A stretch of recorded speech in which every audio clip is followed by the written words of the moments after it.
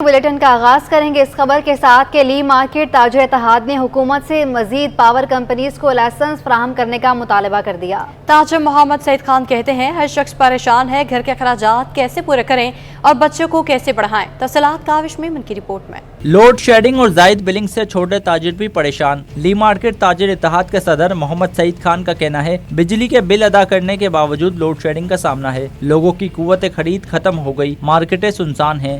مہنگائی کا دور جو ہے وہ زیادہ ہو رہا ہے، مارکیٹیں سنسان ہو رہی ہے، مہنگائی بڑھ رہی ہے، اس حوالے سے تاجر تنظیمیں جو ہے وہ بجلی کے خلاف وہ کر رہی ہیں۔ یہاں دیکھو اب بھی لوڈ شیڈنگ اندھیرا چھایا ہوا ہے، بجلی ہمارے یہاں پورے دیتے نہیں، اگر بل ہم کوشش کرتے ہیں کہ پورے سے پورے ہم جو ہے 100% بل لوگ ہمارے جو ہے پے کر رہے ہیں۔ یہاں بلنگ کا کوئی ایشو نہیں ہے، لیکن ہم بجلی پھر بھی ہمیں نہیں مل رہی، لوڈ شیڈنگ پھر بھی ہو رہا ہے، مہنگائی جو ہے اور روز فراہم کرنے والی دیگر کمپنیوں کو بھی لائسنس دیا جائے، ڈالر اور پیٹرول کی قیمتوں کو کنٹرول کرنے کے لیے بھی اقدامات کیے جائیں۔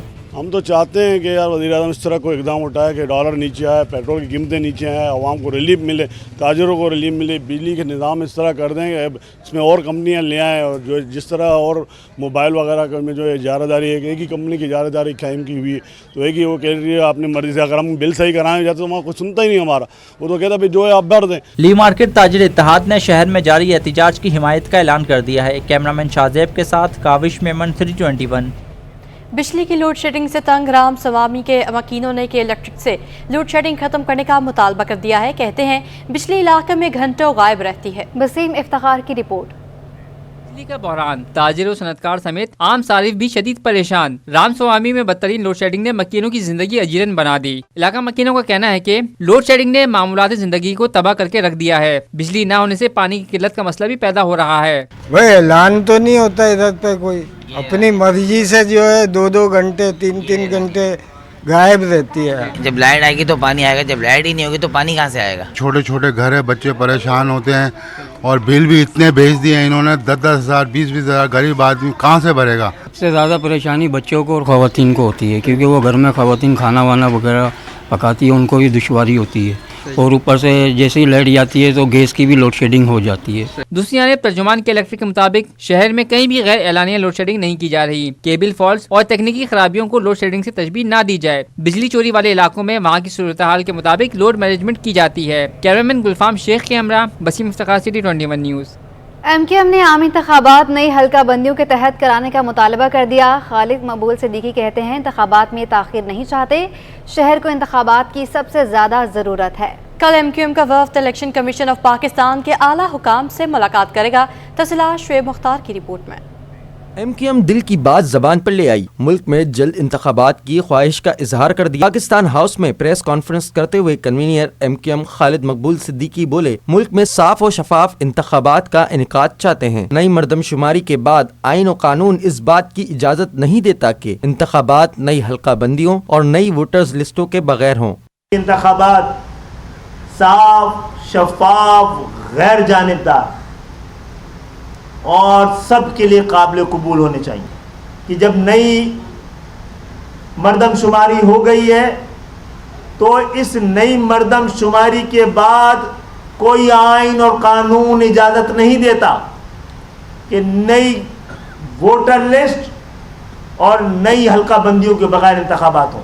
غیر اعلانیہ لوڈ شیڈنگ اور اوور بلنگ پر تشویش کا اظہار کرتے ہوئے senior deputy convener Farooq Sattar کا کہنا تھا کہ پوری دنیا میں بجلی استعمال کرنے پر ٹیکس نہیں لیا جاتا، بجلی کے بل غریب طبقے کی پہنچ سے باہر ہو گئے ہیں، لوگوں میں بغاوت کا رجحان بڑھ رہا ہے۔ بجلی استعمال کرنے پر ٹیکس پوری دنیا میں کہیں پر بھی بجلی استعمال کرنے اور بجلی پر ٹیکس نہیں ہوتا۔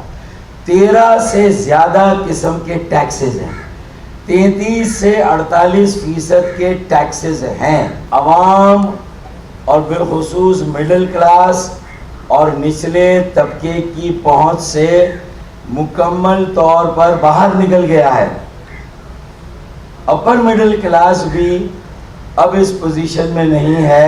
ایم کیو ایم کے رہنماؤں کا کہنا ہے کہ نگراں حکومت شہریوں کو ریلیف دینے کے لیے ہنگامی بنیادوں پر اقدامات کرے۔ اگر بجلی کی قیمت میں کمی نہ کی گئی تو عوام مفاد پر سڑکوں پر نکلنے پر مجبور ہوں گے۔ کیمرہ مین حیدر علی کے ساتھ شعیب مختار، سٹی 21۔